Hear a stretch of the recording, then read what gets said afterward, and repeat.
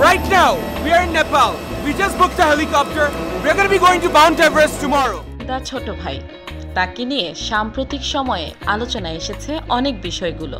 মূলত তিনি একজন কন্টেন্ট ক্রিয়েটর।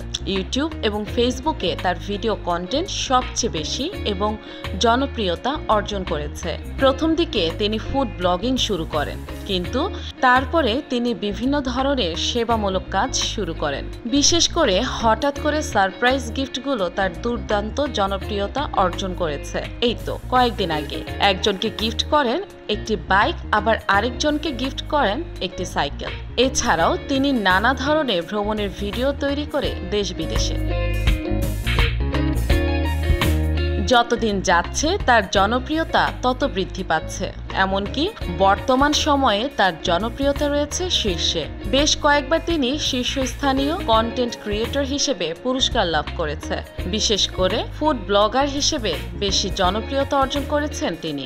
সাম্প্রতিক সময়ে বেশি আলোচনায় এসেছেন তার বাবাকে অডি কার গিফট করে। তিনি অন্যদেরকে বাইক গিফট করেন, সেখানে তার নিজের বাবাকে গিফট করেছেন একটি গাড়ি, আর সেটি কন্টেন্ট হিসেবে আপলোড করে তার ফেসবুক পেজে এবং ইউটিউব চ্যানেলে। তারপর থেকেই আলোচনায় আসেন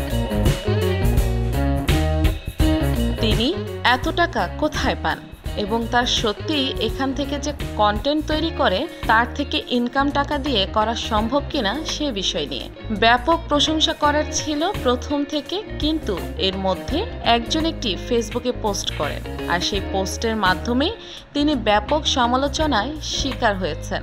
সেখানে উল্লেখ করা হয় যে রাফসানের বাবা একটি ব্যাংক থেকে প্রায় 2.5 কোটি টাকা লোন নেয়, আর নির্দিষ্ট সময় লোন পরিশোধ না করার কারণে তাদের জামানত সম্পত্তি নিলামে তোলা হয়। এই নিয়ে বিতর্ক ছড়িয়ে পড়ে পুরো সামাজিক মাধ্যম জুড়েই। অন্য সোশ্যাল মিডিয়া ইনফ্লুয়েন্সাররা যেমন এই নিয়ে পোস্ট দিতে থাকেন, তেমনি এর পক্ষে বিপক্ষে নানা মতামত দেন অন্য ব্যবহারকারীরাও।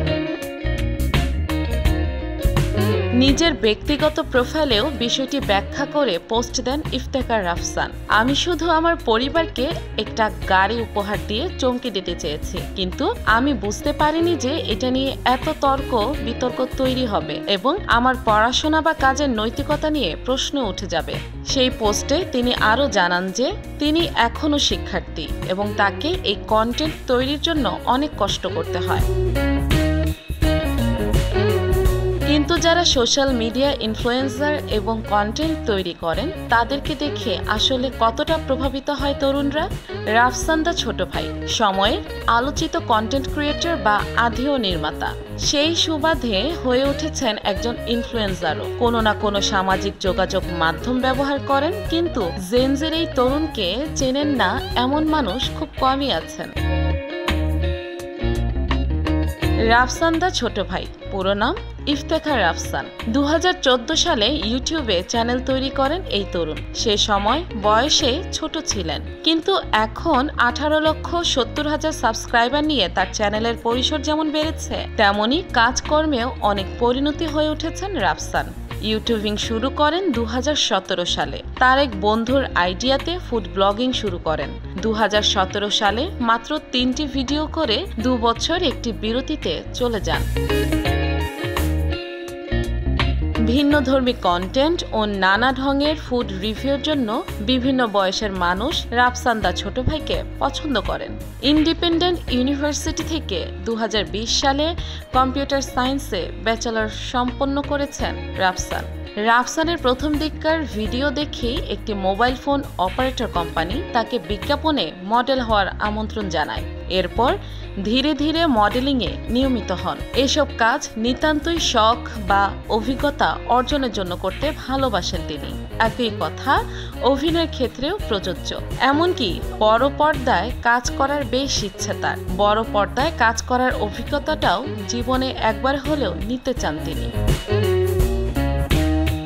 ব্লগিং এর বাইরে আরও একটি কাজে বেশ এগিয়ে রাফসান। তিনি একজন প্রফেশনাল গেমারও বটে। 2011 সাল থেকে গেমিং এর জগতে পা রাখা। এতে প্রভাবক ছিলেন বড় ভাই।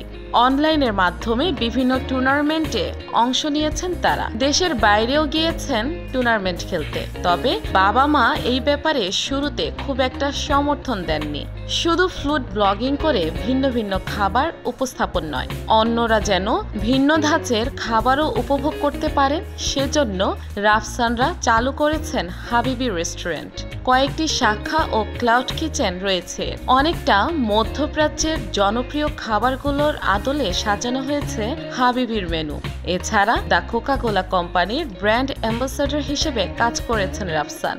পাশাপাশি নিজের কন্টেন্টের মাধ্যমে world food programme, Miniso, Foodpanda, Pathao, MSI, global alliance for improve nutrition, splash clothing সহ বিভিন্ন ব্র্যান্ডের প্রমোশনে কাজ করেছেন। Where to God? This is insane! Like